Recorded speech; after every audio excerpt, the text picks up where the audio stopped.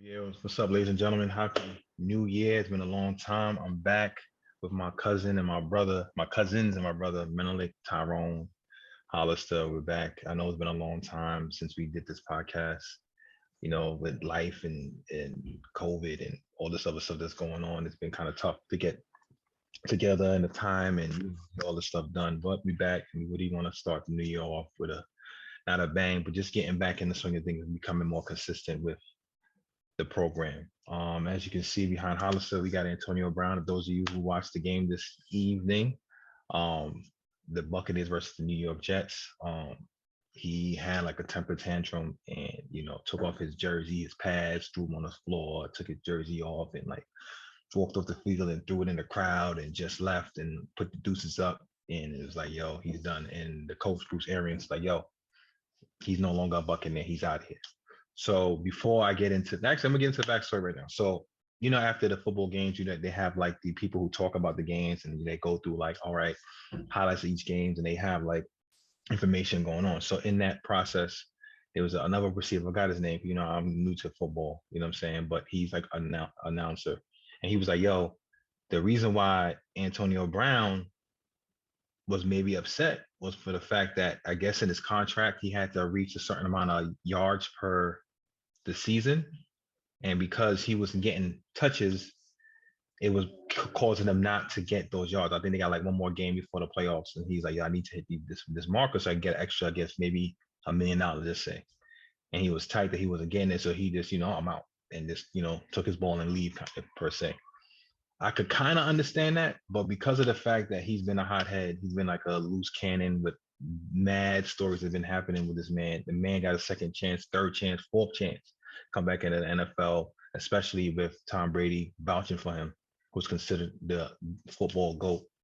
You know what I'm saying? And for you to act that way, and you had the fake Vax card and all that other stuff like that, this is not a good look for him. So now he's no longer a Buccaneer. I don't think any team's going to pick him up the rest of the season. And who knows? I don't even think people really want to waste their time with him, even though he's a talented receiver. So I just want to get you guys' opinion on that. We can go Hollister, Melick, and Tyrone.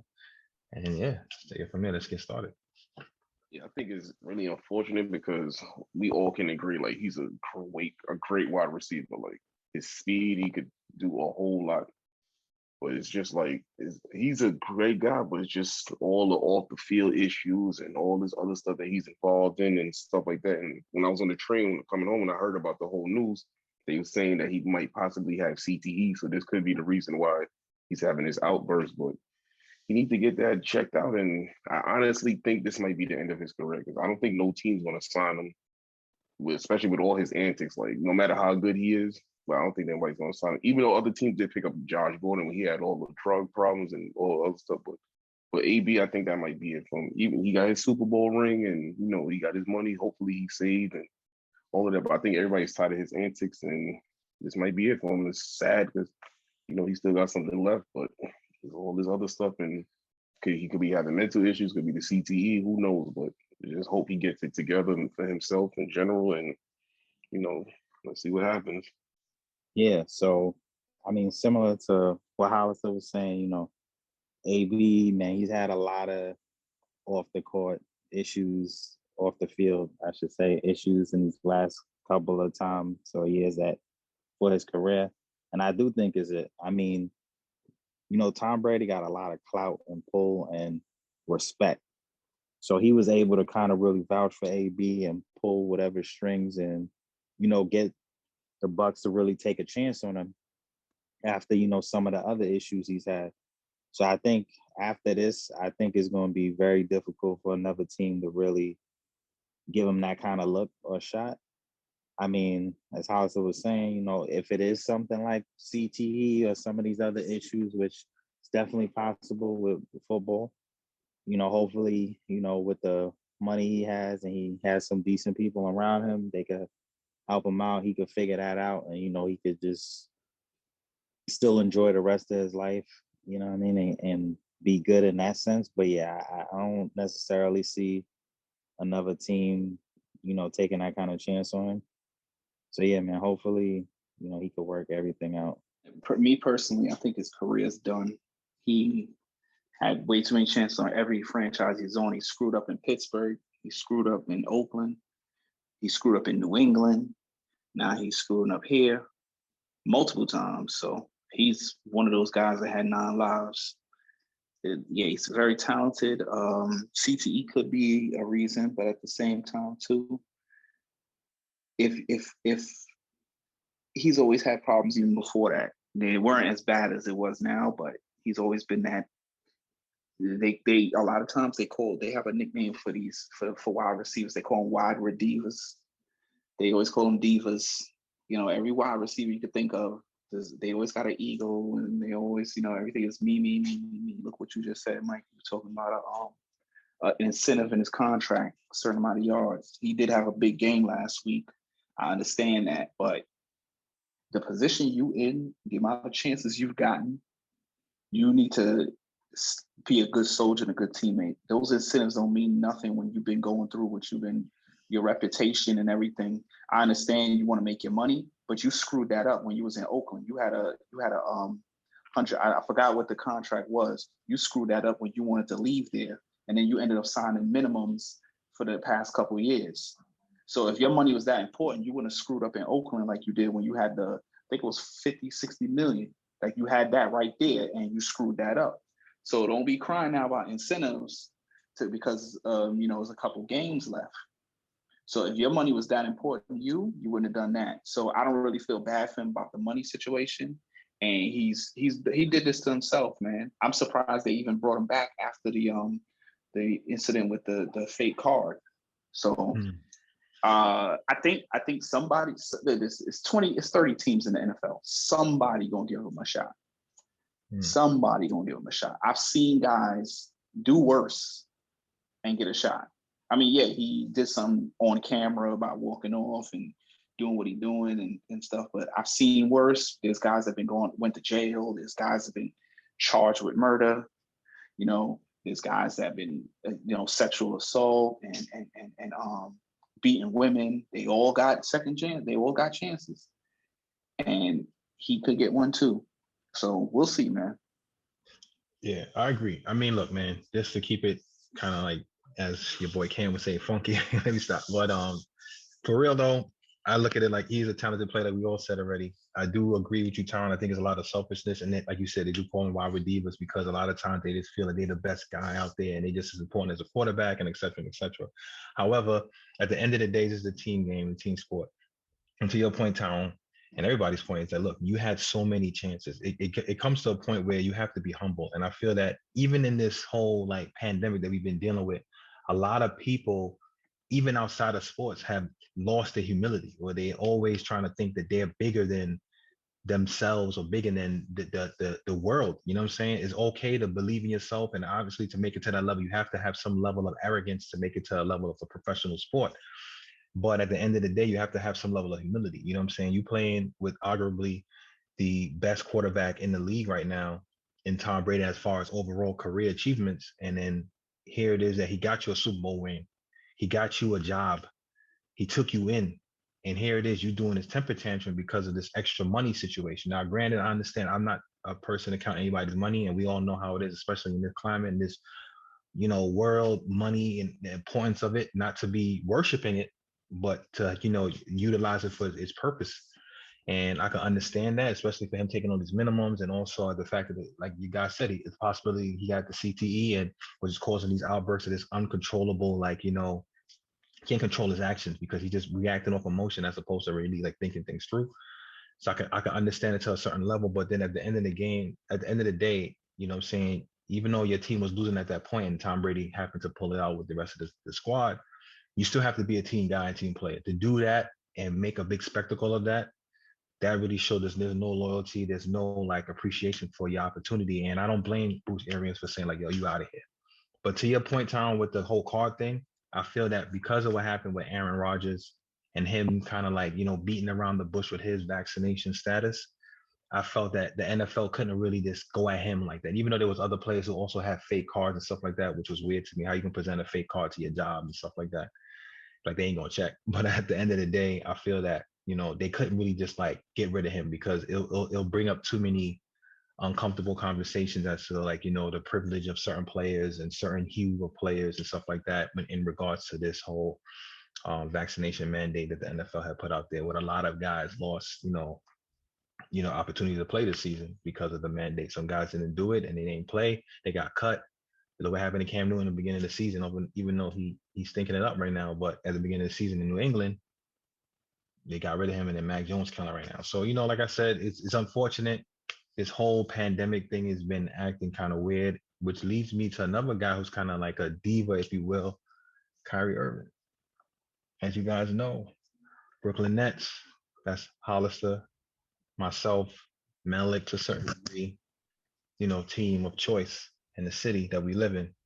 And they lost a few games, a couple of games back to back, whatever. But now that we're getting one of our stars back, it's kind of partially, it's kind of good, you know what I'm saying? And he was another guy took extreme criticism for his stance on the vaccine. And I'm not going to get too deep into it because I don't want to make this into like a political discussion. And it's very, it can get very touchy, because we all, at the end of the day, we all want everybody to be healthy. We all want to be back to normal.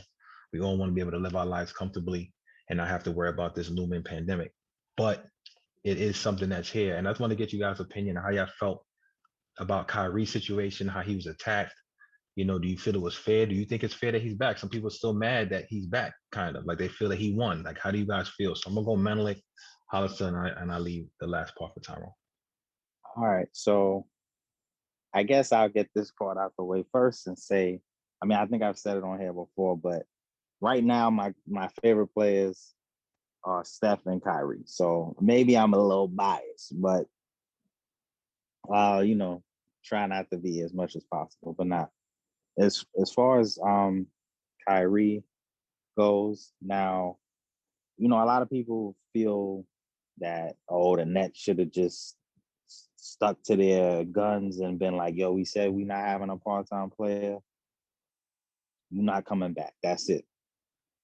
But I think this season has been crazy with the COVID, the protocols, people coming from like the Big Three and G League all over the place. They scraping a barrel to fill these teams. So in a case like that, I do feel that they create kind of a unique scenario where it's like, if you have a player who's on the roster who's technically getting paid for half of the games, right?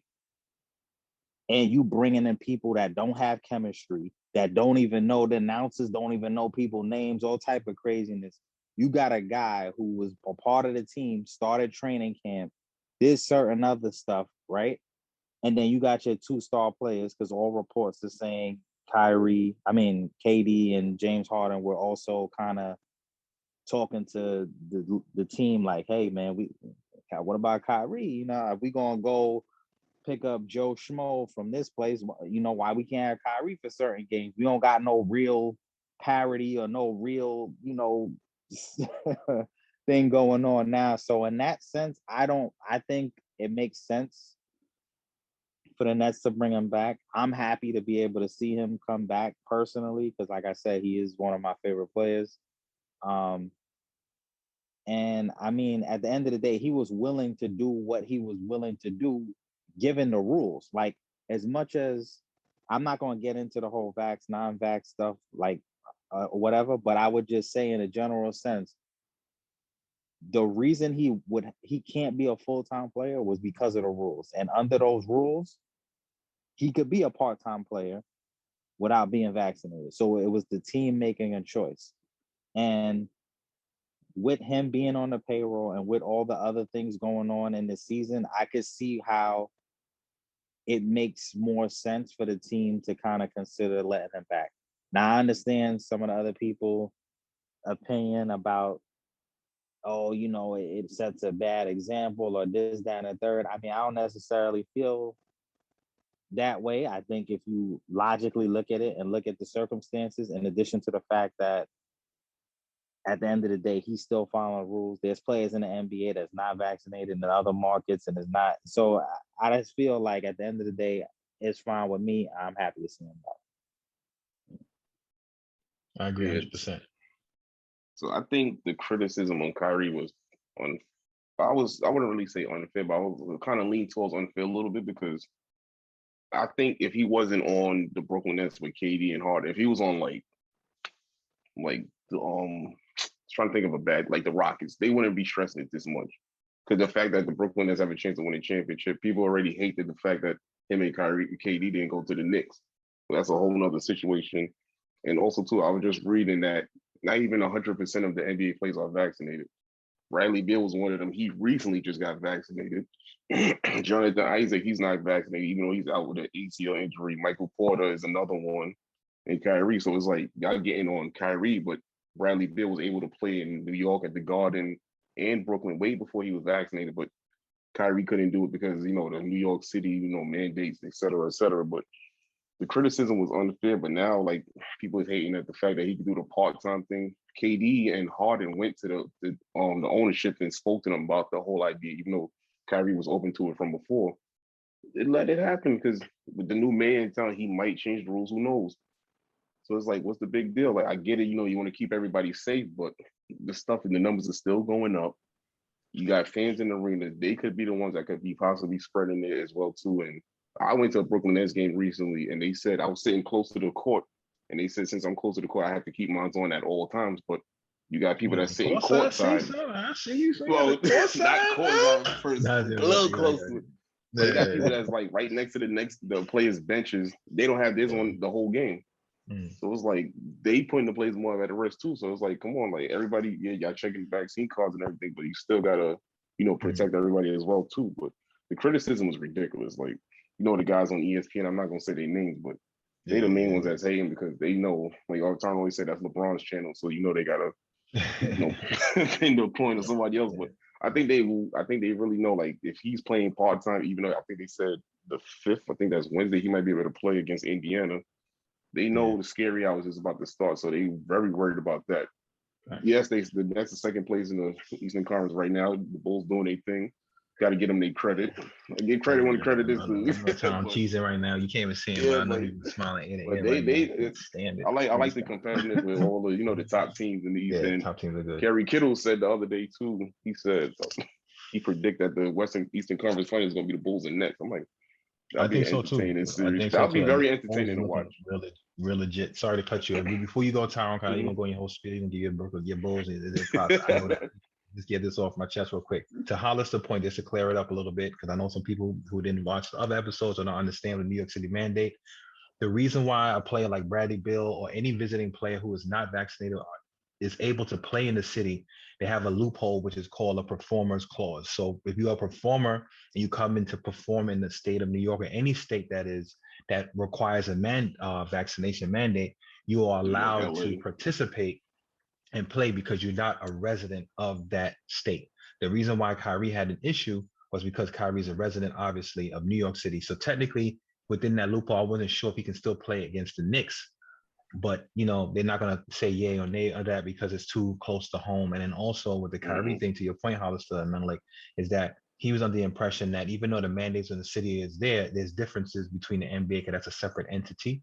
And he figured that, look, man, we got the biggest hurdle was the practicing. They got through that. They labeled their practice facility as a private building. He didn't have to do it. And the ownership was like, no, because they're trying to force their hand. And then to Hollister's point with the ESPN LeBron channel, people that's going out the way saying he's selfish. I wouldn't say that. We have to understand, just because you feel comfortable about a situation and you're getting vaccine or not, you can't say that somebody's being selfish because they don't want to participate in that if they have legitimate concerns. I'm not talking about the people who don't believe that this thing is real and they think it's fake and everybody's just acting like sheep or whatever. I'm talking about people who have legitimate concerns or maybe medically can't take it. You know what I mean? I feel that we group too many people too much into that, and we kind of give these people a bad rap, especially for a guy like Kyrie, even though he is eccentric and also do some other stuff off the court that might get him in trouble. He's very, like philanthropic, you know what I'm saying? And he's always out there trying to help people and do the right thing. And people still trying to like show the negative. So that was all I wanted to say. Go ahead, Tyron. You can go ahead and say your piece. Hollister, you were saying something about the Nets being second in the East. Who's first? You want to tell me? I forgot. Your silence. Silence speaks for itself. Let me get to this Kyrie thing. I'm gonna tell y'all first and foremost, I'm riding and supporting everything Kyrie Irving is standing for right now. I'm not going to speak on the situation with the bug and the jab, and I'm not going to get into any of that. But by what I'm going to say and what I've said just now, kind of gives you an idea where I stand with how I feel about that situation. But that's not what this channel is for. So I'm just going to say I stand with Kyrie and everything he stands for. I'm going to keep it basketball right now, though. I think that he should have actually played from the get-go. Look at it this way.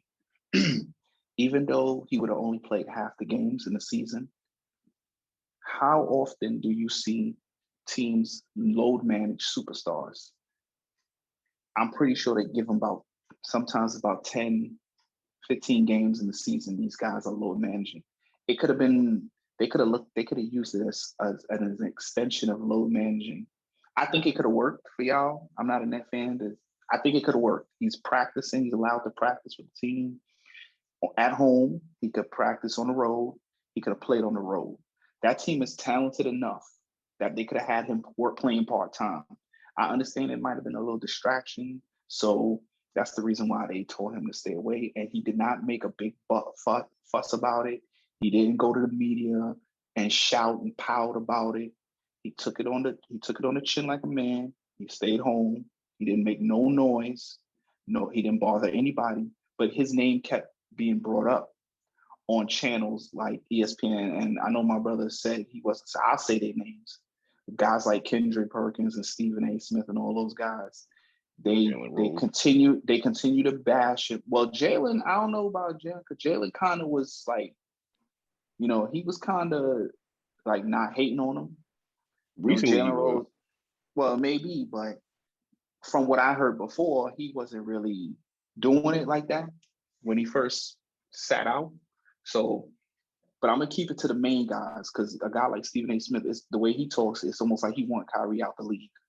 So guys like them, they keep, putting a bad name on Kyrie because he thinks a certain way. And I think I could relate a little bit with Kyrie because some of the things he thinks about and talks about is kind of like how I am.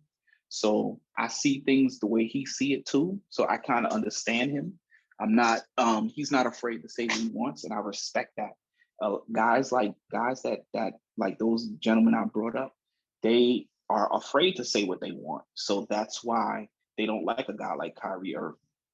That man has not done nothing to no one. He hasn't committed a crime. You don't hear him in the paper committing crimes, or he's on TV doing this and this. He's yelling at the media. He said, he called them pawns, but it's true, honestly. And he minds his own business, but they continue to keep bringing his name up because he didn't want to take a jab, which was his choice. He can afford to not take it. As you can see, he's a millionaire. He can do it. Some people can't, but that's another story. He can afford to do it. That's what his choice was. Brooklyn Nets understood that. And then they also decided to bring him back. That's their choice also, although it was due to, a lot of players being out with the protocols and everything. So listen, they brought him back. He's not going to be detrimental to the league.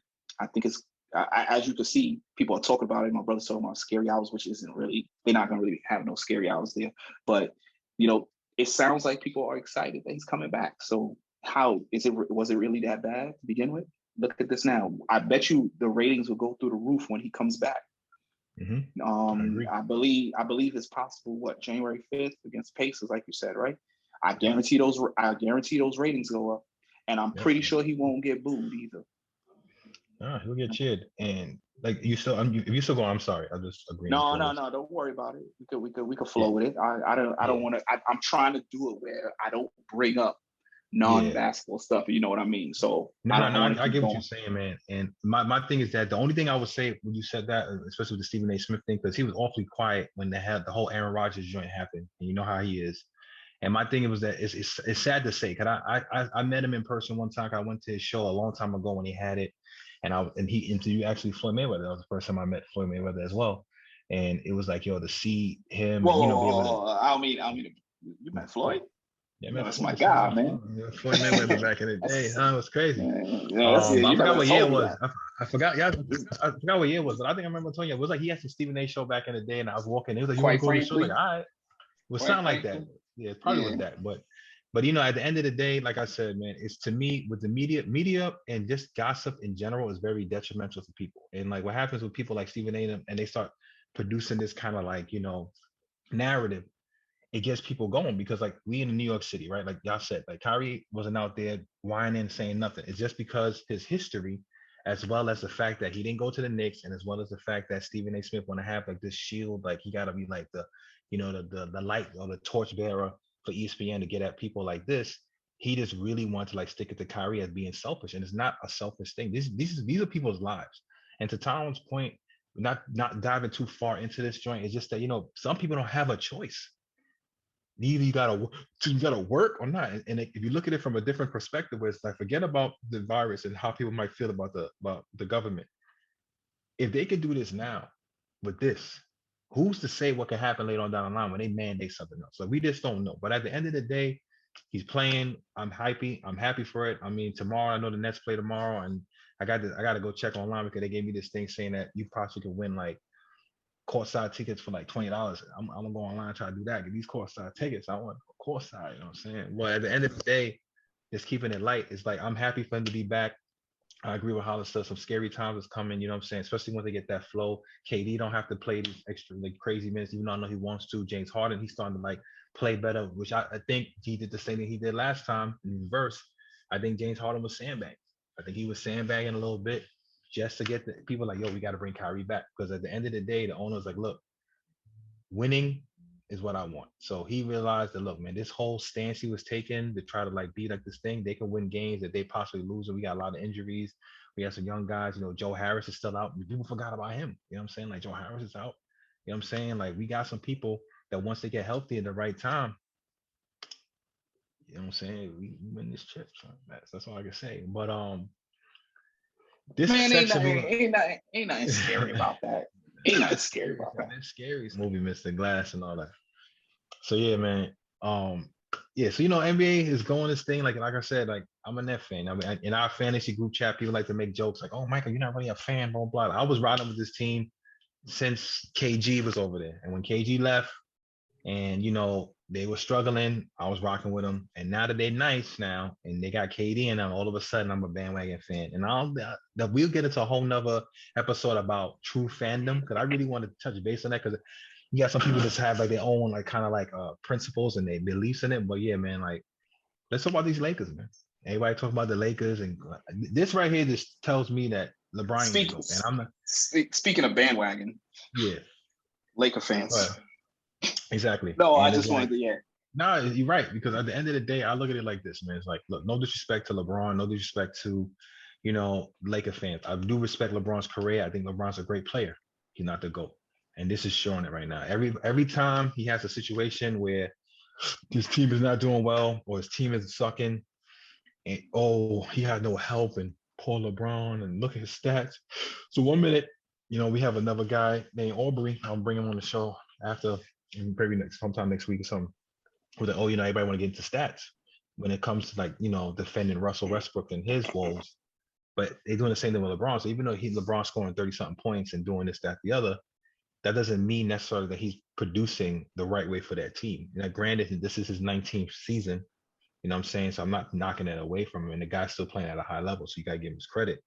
But at the end of the day, like, it's not, you can't blame everybody, especially when we all know that LeBron is the general manager of this team. He picks and chooses the guys he want to play with and for how long. Simple as that. So this whole thing, like everything's blaming, but don't get me wrong, Russ is looking terrible. You know what I'm saying? He's doing a lot of things that I see all the time they put on the media. It's him messing up, throwing bad passes and missing layups and dunks and looking really bad. But it's not all his fault. And that's what I want y'all to know. It's not all his fault. So you got to take some blames. And like Hollister had a picture behind him that y'all couldn't really see. And, Charles Barkley dubbed him street clothes, Anthony Davis, all the way around the play. Ever since he started working on, put on size, started getting hurt.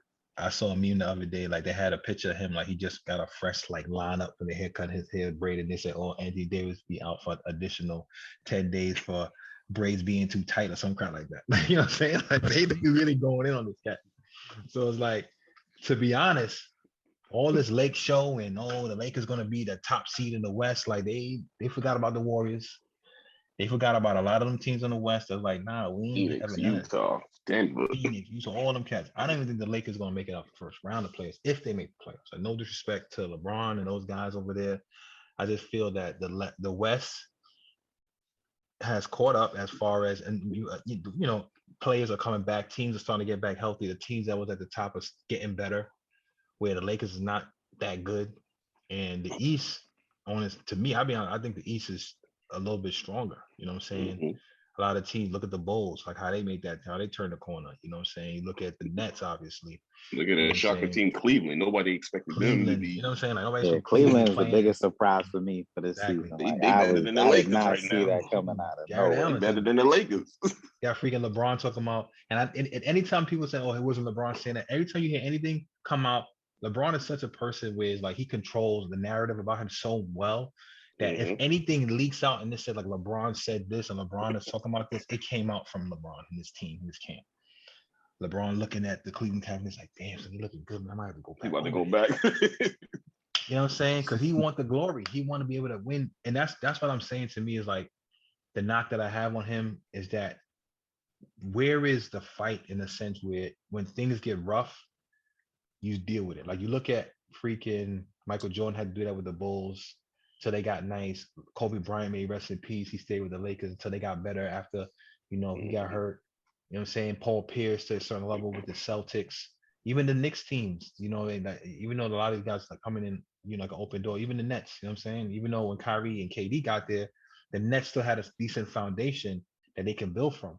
It feels like to me, like every time LeBron gets in a little hurdle, he either want to trade the whole squad Fire the coaches or fire the coach or just leave and go to another area where he's like, I like it here. Lakers a good thing. I could get Laker Magic over there. We get AD, you know what I mean? Make it look nice and this, that, the other. So to me, that's one of the knocks I have on him. And that's why, to me, like I said, like when it comes to the GOAT conversation, this season alone shows me that if you put Michael Jordan on this team in his prime or even at age 37, this team would have been playing a lot better. That's just my surprised opinion. Frank Vogel not fired yet. You know how LeBron is. He quick. He is gonna get fired, man. I'm surprised he's still coach. But He out now but though. you Well, think about it, there's no other coach. What are you gonna replace Vogel with? Because you see what Fizdale's been doing, and he's everybody assumes he's the hand-picked replacement, and they play like hot garbage with Fizdale up until I think the Portland game. I think did Vogel come back during the Portland game? No, he ain't back yet. Right, that's probably the only game where I think he might have had maybe 1 or 2 wins. I think he was because I think he won another game before that. But yeah, they beat a Portland team that had nobody. Nurkic, McCollum still out. Well, yeah, they got hit with they got hit with the protocol. So and they beat LA already this year. So it's not like they haven't. When they was at full strength, they actually won when they played them in Portland. And they're kind of a bad team on the road anyway. So kind of wasn't surprising that they lost. Yeah. But yeah, I don't want to get into the whole GOAT thing because we already know the answer to that. So the whole situation with Russ is I can't put all the blame on Westbrook, although he's been playing bad. There's other players on the team that have been playing bad. Horton Tucker hasn't been playing well. They didn't use Ron. There's other reasons, they didn't play Rondo a lot. I don't know what the deal was with that, but then they ended up trading him to Cleveland. Monk, he's been up and down. Most of the time he's been playing well, but he's been up and down. And then even Braun was out of the lineup a couple weeks, which to be honest with you is a big deal, but they weren't clicking on all cylinders before he got hurt anyway. And they weren't clicking on all cylinders when he came back. They just came off a 5-game losing streak. So it's not like they were it's not like when LeBron was in the lineup, the Lakers were tearing it up. And then as soon as he left, it went into the tank. He actually was on the team for most of the losses. So, they have a lot of, Carmelo's inconsistent. And then finally you have Anthony Davis, who's deemed the nickname street clothes for a reason. Like, this man has never played a full season. I don't think he ever will. He's 28, and he's had so many injuries at this age. And they gave this man 200 and something million supermax. Yeah. I understand they won the championship in 2020. I understand that. But you gotta, we know, but I'm not gonna be petty. I'm not gonna be petty about it. We know where they won the championship, but I'm not gonna be petty about it because that'll make me, because the fanboys will be like, oh, you're a hater. So I'm not gonna do that. Yeah. But this guy has a track record, and I understand LeBron liked him, but I think they made a big mistake giving this guy a full max the way they did. I really think this is going to be the future of this team is going to be very bleak because you got to remember too, they traded a lot of picks in that AD deal.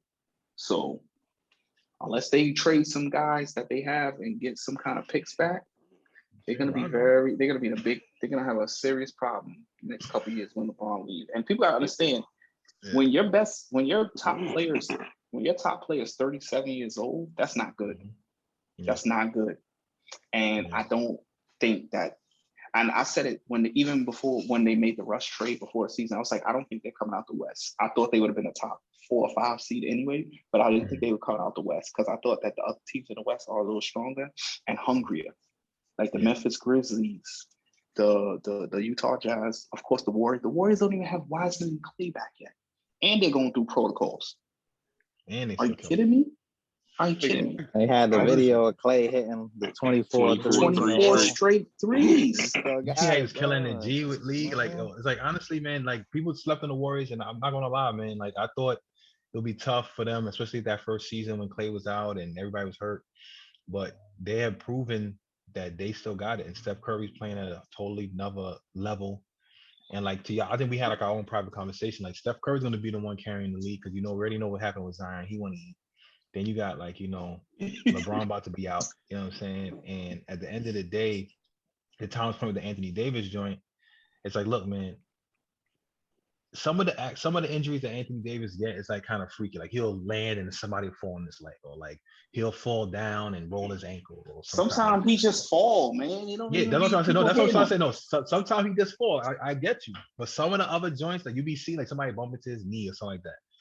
His first issue, exactly. His first issue with the injuries, I remember this when he was on the Pelicans, was that he was having them cats making him lift his heavyweight and training like he's an NFL player, because the owner was being cheap, having the NFL trainers training the basketball team, and he started hurting his back, and ever since then he started just getting hurt all the freaking time.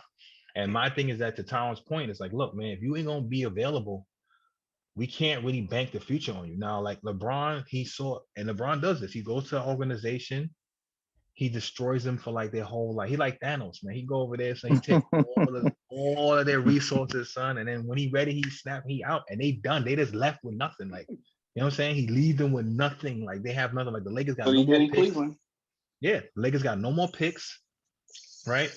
They, like Tyron said, unless they making like some drastic trade moves, they got these bad contracts. You think anybody gonna take Russell Westbrook contract? No. Nope. You know what I'm saying? Melo, he's still like Tyron, he's not consistent, but at the end of the day, he has a favorable deal. You got to remember, saying, but nobody gonna really take him. He's also 37. Exactly. I'm trying to say he's up there in age. Nobody's gonna really take like maybe Horton Tucker and them cats, but they're not really showing nothing for me to really be like, I want to take a shot on them. And when LeBron leaves, that team gonna be decimated. They're gonna be at the bottom of the barrel until that Lakers team with Karl Malone and them. This was exactly. So like to me, that Karl Malone anybody can't be in the next team. That Karl Malone, Gary Payton team went to the finals. I wouldn't even compare them to. They went to the finals. Well, who you think the Pistons beat? Yeah, they beat them. I remember that. They beat them. Yeah. My thing is this, man. There's no comparison with that.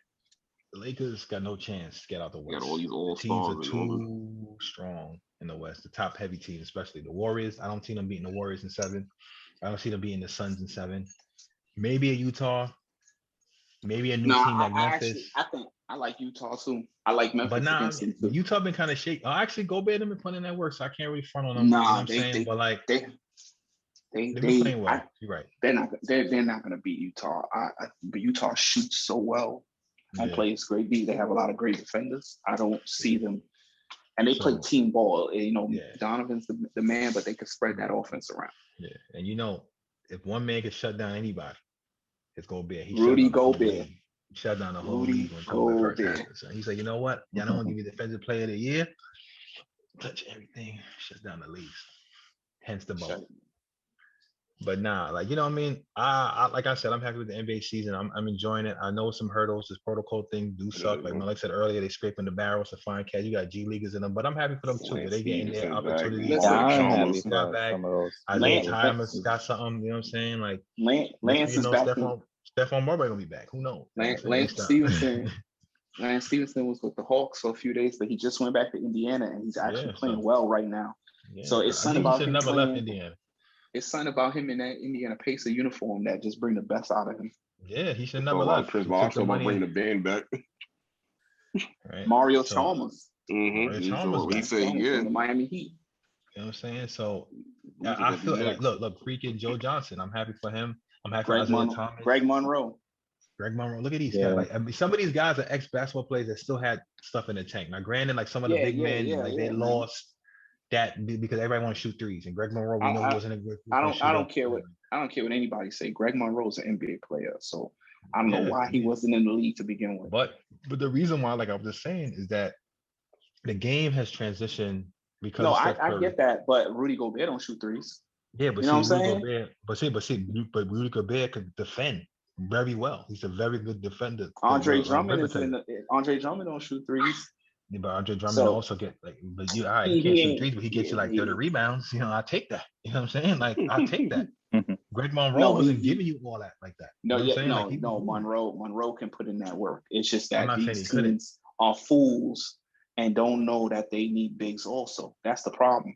I A agree guy with like you. a team like your boys. I mean, you went out, so maybe you talking foolishness, but I don't know. But look, man, I agree with you. I think we big could use some size more because big I don't men. think you can't Aldridge. You breaking up, man. You can no, I was saying that was y'all downfall last year because Brooke Lopez was giving y'all the work, man. He wasn't giving us no work. Rebounding So and everything. KD was had to guard him, and then Yeah, that's what I'm Giannis saying. Y'all work had on things. DeAndre And He's Jordan on talking the hacking roster. and all of that. yeah, and then Should DeAndre have Jordan, I played. feel bad for him, but I feel bad. Claxton wasn't ready to play it. He's another one on LA that hasn't lived up to anything. But He see, barely even and it's played. also a system. You play the system like, look, man, you have a ball dominant guard in Russell Westbrook. You have a ball dominant, like, point forward and, freaking LeBron James. You got people who not spot up shooters. DeAndre Jordan is a slasher, get to the rim. But then also DeAndre Jordan can't freaking guard nobody no more. He don't got that system. So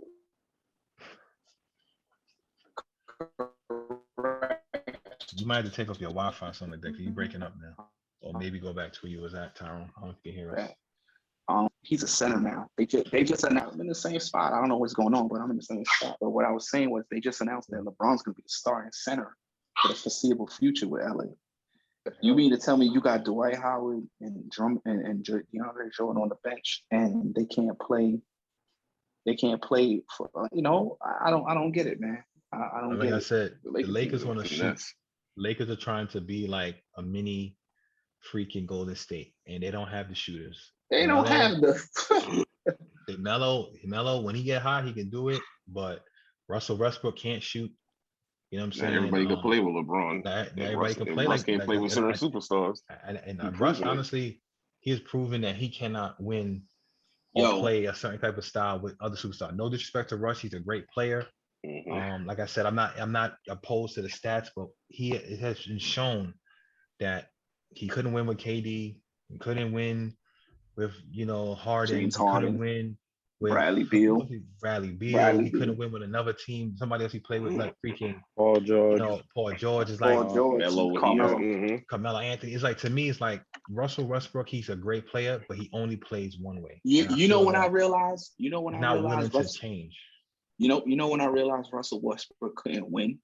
Mm-hmm. You know when I really realized it was 2 years ago when they swapped him for Chris Paul, and Chris Paul took if James Harden did not block Lou Dort's 3-point attempt, that might have gone in and they would have won that series. I'm not saying he would have made the shot, but it took a James Harden block to stop Chris Paul and them from eliminating the Rockets. Was it the bubble? I'm not too sure. I think it was the bubble. I think right? so. I think it was a bubble.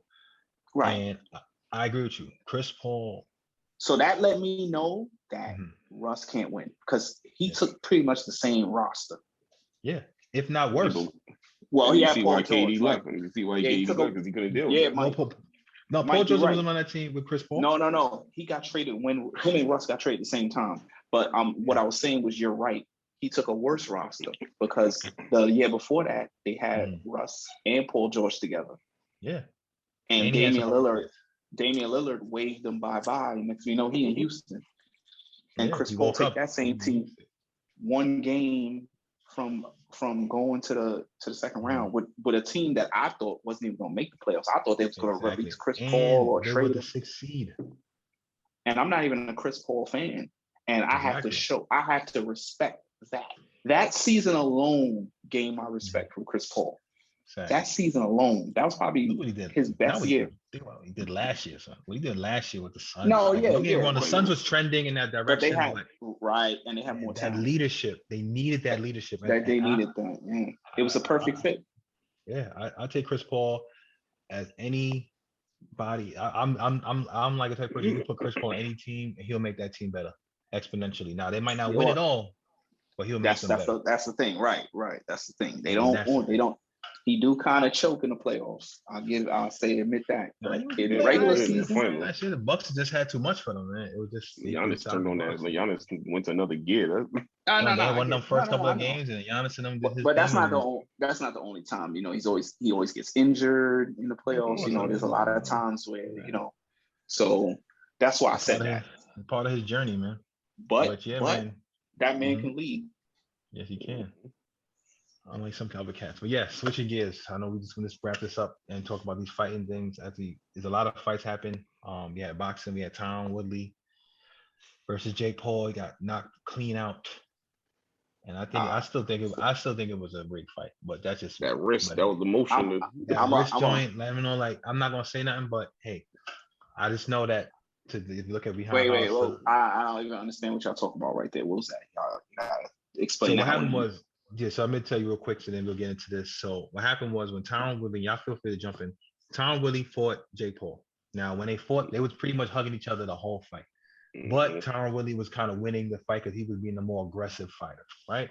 He looked a little better this fight. I think it was like the sixth round. 6 or 7, something like that. 6 or 7 round. They come out. I think it's 6th round. They came out in the 6th round, and now, mind you, this is I train, mentally trained. I'm not saying I'm a proficient boxer, but we kind of, if you train enough. And you watching the whole fight, and this man was blocking this punch the whole fight. This overhand right that Jake Paul was throwing. He was blocking the whole fight. They fought, he got laid out clean. I was like, man, that kind of looked weird. They took a mad long time to show the replay of him getting hit. And then you kind of see him looking at it like brace for impact, like he know what's coming, but he just letting him get knocked out clean. And then like somebody put up a video. And in the video, you see before he hit him with that punch, right? He did this. He twisted his right wrist like this in the glove. He swung at him the first time, Tyron Woodley kind of blocked it. He did it more aggressively the second time. He swung again, Tyron Woodley didn't block it. Tyron Woodley get laid out on the floor, knocked out. And I made a little joke, a little Instagram video, follow me, MJNAJR, Instagram. I put a video saying that maybe the knockout clause wasn't for Tyron Woodley to knock out Jake Paul, but it was for Jake Paul to knock out Tyron Woodley, right? So Tyron Woodley probably got extra money on top. And then when Tyron Woodley came to the press conference, sitting next to Jake Paul after getting knocked out, he had a shirt with a smiley face with $2 signs for the eyes and his tongue sticking out. I'm like this, man. Let's be honest. The money behind Showtime is just Jake Paul phenomenon. Him fighting the old guys or MMA guys, and it's starting to get a little corny now. But he's doing that. You need him to win. If I'm Tyron Woodley, I'm like, look, I'm gonna take this money. If I could get this bread and I could just fight this guy, get paid, and he sleep me. Tyron Woodley's strong enough in his personality to like, yo, I'll eat it. He'll do the 8 mile, this himself. And then like, I'll be all right. They'll forget about it later, but I'm paid. I think personally, that's what happened. But it's what it is. I see a video now. Tyron Woodley's mother was all excited that Jake Paul knocked out her own son. Like she's in the ring celebrating, screaming for joy and all of this stuff. Like, and that's what I'm saying. Like, granted, Mrs. Woodley, she's a nice woman. This is real? Yeah. Are y'all serious? I gotta look at this stuff. You gotta look at the conspiracy stuff. Right now. I mean, look, That's what I'm thinking. Like, I didn't see the celebration part with the moms, but I know the mother. She liked to be like, oh, she prayed. Like when Tyron Woodley beat up Darren Till, she went to the back and she prayed with Darren Till. I mean, she changed the life. My mom's a gangster. You know what I'm saying? They grew up in Ferguson. You know what I'm saying? He a gang member. Jake Paul Mom was part of passed that, clown but they son. changed their lives around. But at the end of the day, you have to understand, like, if this cat is willing to take a dive, and that's why I said about the whole thing with boxing, like I said the other time, like how I stopped, like, watching boxing as much because it's so much red tape and it's so much like, politics in it and people cheating just for outcomes that I really don't like. Don't get me wrong, they could probably cheat in MMA certain capacity, but at least with MMA, it feels more authentic. The UFC kind of have their thing contained in a bubble. They don't have to deal with so many other entities and all these different 1,000 belts and these weight classes, and you got to make sure this promotion mixed with this promotion to get the job done. And you don't got to worry about this. One promotion, one umbrella, one unit. So it's a little bit more, to me, controllable to a certain extent. But to me, I feel like, yo, man, like this whole Jake Paul thing is crazy. So he had like Paul having behind him, he's been going at Dana White heavy because he's trying to say MMA fighters will get paid, which I kind of agree to a certain extent. Granted, I'm not That's an the MMA truth. fighter. However, the thing about this promotion is that if you are an MMA player, a fighter, and you're popular enough, you can make decent money, which is true. You might not make $1 million, like big time $1 million fights, like how Mike Tyson was making at Floyd and some other other boxers. I get the But you difference. will make a couple of $100,000, $300,000. You'll make enough money to be well off. And in Dana White in the mind, that's good enough. They're wealthy enough. I compare it like this with MMA and boxing. MMA is like an organization. They have a boss and everything, and boxers are like independent workers. But, right. However, that's so MMA people are the same way. They're all independent contractors. Right, because you can go to other you can go to other organizations and stuff like that. But in reality, let's be real, UFC is the top dog. So that's why everybody looks at it that way. But I got exactly what you were trying to say there. It's like they're independent contractors in boxing. They have their own promotions. Sometimes they have to, there's no league, there's no like World Boxing Federation. It's just like the belts having the organizations are the champions, like the belts and everything. But and stuff like that. Go ahead. But you see what you're saying is true. But think about it like this, right? Now, back in the day, just say I'm coming up in the UFC. We have to get ready to wrap soon, guys. But yeah, if I'm coming up in the UFC and I'm fighting and I get like $8,000 to show and $8,000 if I win, right? Now that's nothing. If I'm training 10 weeks for a camp, I gotta go to work to pay my rent. Still gotta pay my gym membership. I still gotta pay my coaches. That's nothing. Whereas a boxer, if you're established enough and you can sell, you might get maybe 50,000 or something like that. Now back in the day, these fighters should be able to wear their own gear, so they'll get paid. Like if I have like a sponsorship with like Venom or a sponsorship with Gatorade, I could put it on my shorts. I get extra money, so then that way I can offset what I have. But now I have to rock the Reebok, but now I got to wear Venom gear now. So now it's like I don't have that anymore. So that's why a lot of people are getting mad at Dana White. There's not a lot of things like how boxers kind of could get more payment for their actual performance. Now, if you're a top dog like Israel Adesanya, John Jones, Francis Ngannou, Kamaru Usman, those type of guys, Conor McGregor, those guys will get bad money because they are the ones who bringing people to see Nate Diaz and the Diaz brothers.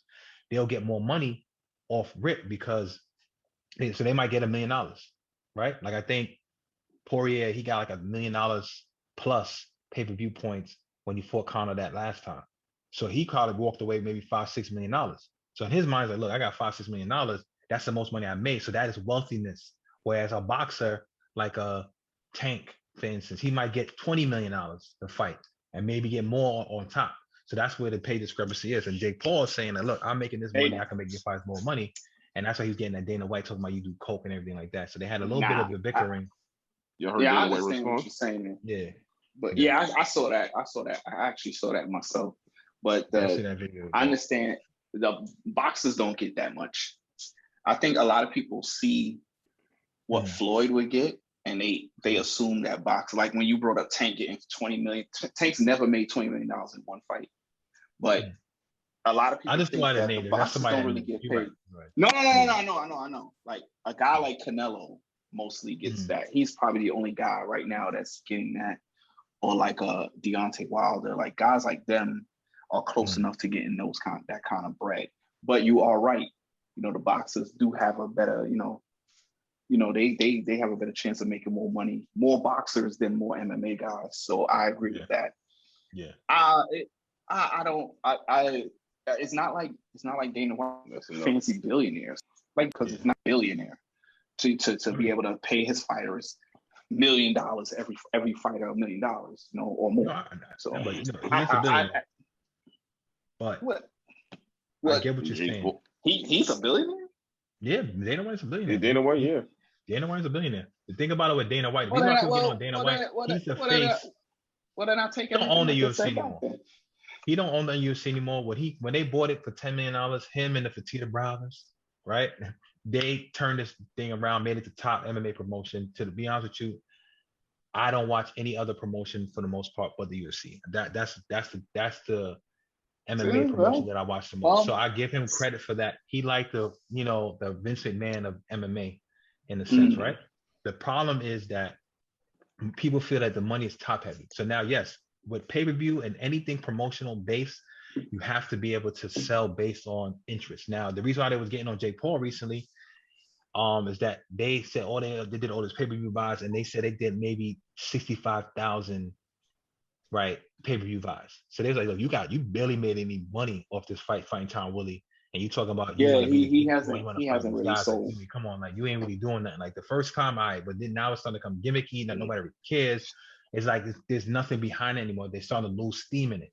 So that's why he was like, yo, you don't have this. And that's why they had the whole challenge, the steroids thing. But I do believe that Jake Paul's taking steroids, him and his brother, and the other stuff like that. My thing is that I do agree that the fighters should get paid more. I do agree that the fighters do take more of the risk. They should be compensated more. If I'm a professional in any sport, I feel that I should not have to work another job in order to produce in my current job. You get what I'm saying? Like, it's not the time where I could just go into like with a satchel and go sleep in the gym and then hopefully make it to a big name so I can provide for my family. If I'm a fighter and I want to be a professional fighter, I'm bringing you money as far as like I'm putting seats in the stands and selling you pay-per-views. I need to get a bigger piece of the pie. Now, what they're trying to do, but they were trying to unionize, but the fighters are too individual. They're trying to get it where how the NBA is, where 50% of the revenue from the games and whatever goes to the players and to the organization. So it's not to the league. So it's not to say that because you got this crazy TV deal with ESPN, only Dana and them eating off that money. The fighters ain't really getting that. They just getting their same pay. Like one of the girls, Angie, right, that I used to train with in Evolution. She had a fight. Now she got screwed. Now she got $70-something thousand to show, but she lost out on $70-something thousand because the judges said she lost a fight when it's clearly she won. So she just recently started making that kind of money. That's decent money for one fight. But if you only fight once a year or twice a year, that's a regular salary for somebody. And you still got to pay taxes, still got to do all this other stuff like that. So it becomes a point where if you're not fighting every other freaking pay-per-view every few months, you ain't really making no money. And that's why a lot of fighters who say that, who on Dana's side, like, if I fight 4 times a year, if I'm John Jones and I fight 4 times a year and I'm making like at least $3-4 million per fight, all right, I'm good. You know what I'm saying? I can make about $12 or $15 million a year. But if I'm not a John Jones and I'm just a regular Joe Smo and I'm only getting like $50,000, I have to fight multiple times a year just to be comfortable. You know what I'm saying? And hope that I make a name for myself, that I'll be able to now renegotiate my contract to get more money. So I kind of agree with Jake Paul on that, but he just trolling at this point because he's not going to really do this. And he had put this whole stipulation where, like, you pay your fighters this, you do this, I'll come in UFC in one fight and I'll fight Jorge Masvidal in January. I said, I don't care about none of that, man. All right, let's go test for steroids and let's see what happens. He look like he on something. He on something. But yo, man, probably talk about he ain't get paid yet and all that crap, but good. Yeah, it's crazy. But I mean, we run out of time, guys. I know we're kind of like getting this in there. I'm just glad that I was able to get back with my boys, man, like Tyrone, Menelik, and Hollister. I really do appreciate it, and I really want to try to get back on us doing this more, frequently and stuff like that. Just get back on there. But, yeah, man. Wrap up real quick. We got to pay a little homage. Thank you. Hollister. Shout out to John Madden. Y'all know Madden from the Madden NFL games. You're not a football person. I knew Madden from that, as well as watching NFL when I was watching it, and him breaking down the game to a point that I can understand it. Because like basketball is my favorite sport. So I know basketball. Madden was the best at that, breaking it down. Exactly. John on the screen, like John Madden. I was wondering what happened to him because I haven't been seeing him on TV for a while, but You know, Well, he retired. He Peace. retired. yeah, no, He I know he had retired from retired, commentary but you know, I was years just ago. hoping that, I was just hoping that he was okay. And then recently, I know they were doing a documentary on him, and then he happened to pass, a couple They of weeks said ago. that because he passed I believe it was what, the 29th, 28th, Yeah. 29th. They said 3 days before that he watched the documentary. He wanted to watch it, and the Mhm. family put it on for him, so he was Yeah. able to watch it before Yeah, he passed. He wanted to watch it. I guess he wanted to watch it and then just go Yeah. to sleep. Yeah, 85 something years old, and it's sad because I feel like it's always be like this, man. Like they'll do a documentary on somebody, and then they end up passing. They Well, did the thing with Ray Charles in the movie. look Yeah. what just happened to Betty White. They made the Yeah, magazine they were interview with her, working on that magazine Yeah. article and talking everything about about 100th celebrate. birthday, 100th Mhm. year, and then she Yeah. passed. She passed, Yeah. right before the New Year. They Rest saying in Right peace before to they her 100th saying birthday. she too. said she was missing her husband. So then, Yeah, Well, it's she tough, went man. she went in her sleep, so Yeah, at see, least that's good. that's the best way to go And she out. lived to 99 years old, man. That's a full her life. birthday was So, coming up God too. bless her. Yeah, she's Yeah, about to be 100. January 17th, she 17. was about to Yeah, be. Yeah.